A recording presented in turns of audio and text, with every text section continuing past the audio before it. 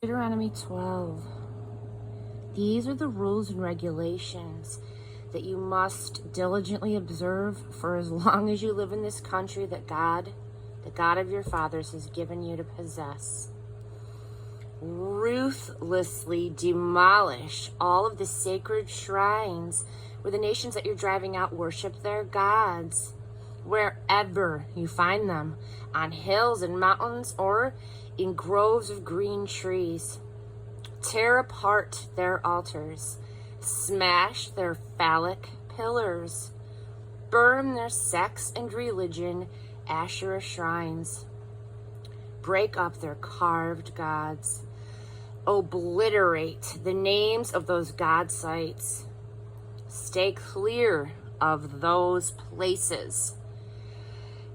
Don't let what went on there contaminate the worship of God, your God.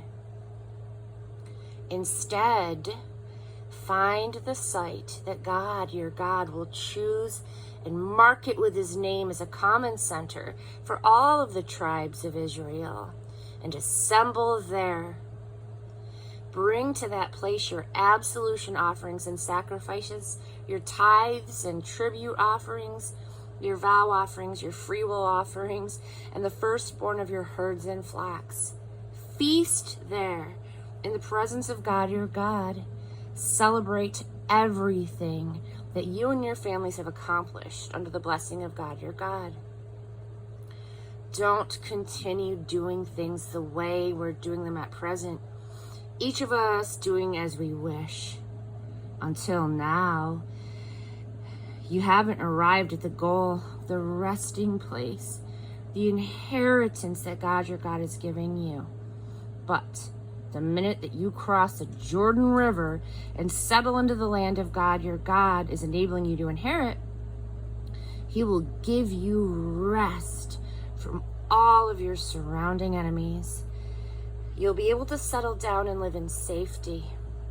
From then on, at the place that God, your God, chooses to mark with his name as the place where you can meet him, bring everything that I command you, your absolution offerings and sacrifices, tithes and tribute offerings, and the best of your vow offerings that you vow to God. Celebrate there in the presence of God, your God, you and your sons and your daughters, your servants and maids, including the Levite living in your neighborhood, because he has no place of his own in your inheritance. Be extra careful. Do not offer your absolution offerings just any place that strikes your fancy. Offer your absolution offerings only in the place that God chooses in one of your tribal regions. There and only there are you to bring all that I command you. Amen. It's permissible to slaughter your non-sacrificial animals like gazelle and deer in your towns and eat all you want from them with the blessing of God, your God. Both the ritually clean and unclean may eat, but you may not eat the blood. Pour the blood out on the ground like water, nor may you eat there the tithe of your grain, new wine, or olive oil, nor the firstborn of your herds and flocks, nor any of the vow offerings that you vow, nor your freewill offerings and tribute offerings. All of these you must eat in the presence of God, your God, in the place that God, your God, chooses. You, your son and daughter, your servant and maid, and the Levite who lives in your neighborhood, you are to celebrate in the presence of God, your God, all of the things that you've been able to accomplish. And make sure that for as long as you live on your land, you never neglect the Levite.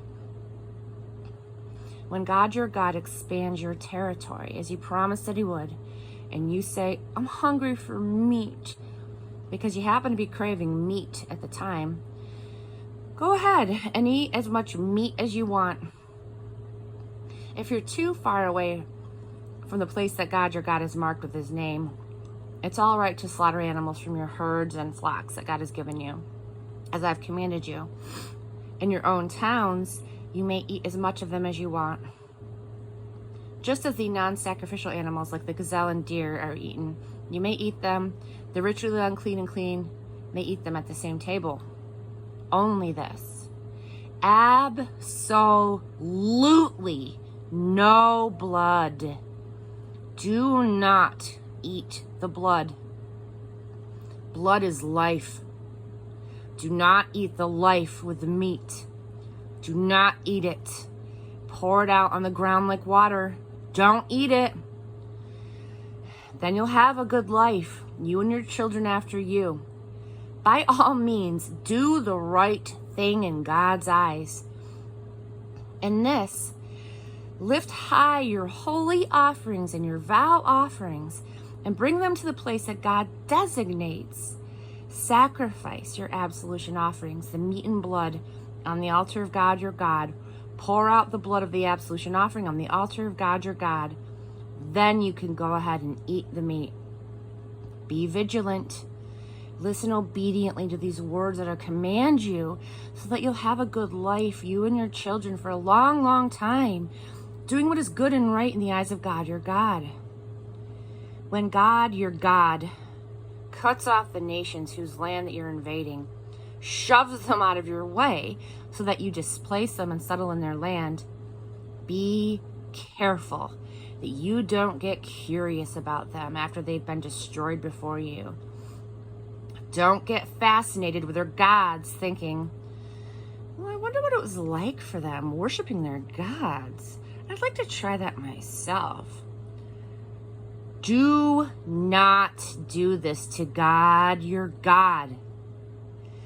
They commit every imaginable abomination with their gods. God hates it all with a passion. Why, they even set their children on fire as offerings to their gods.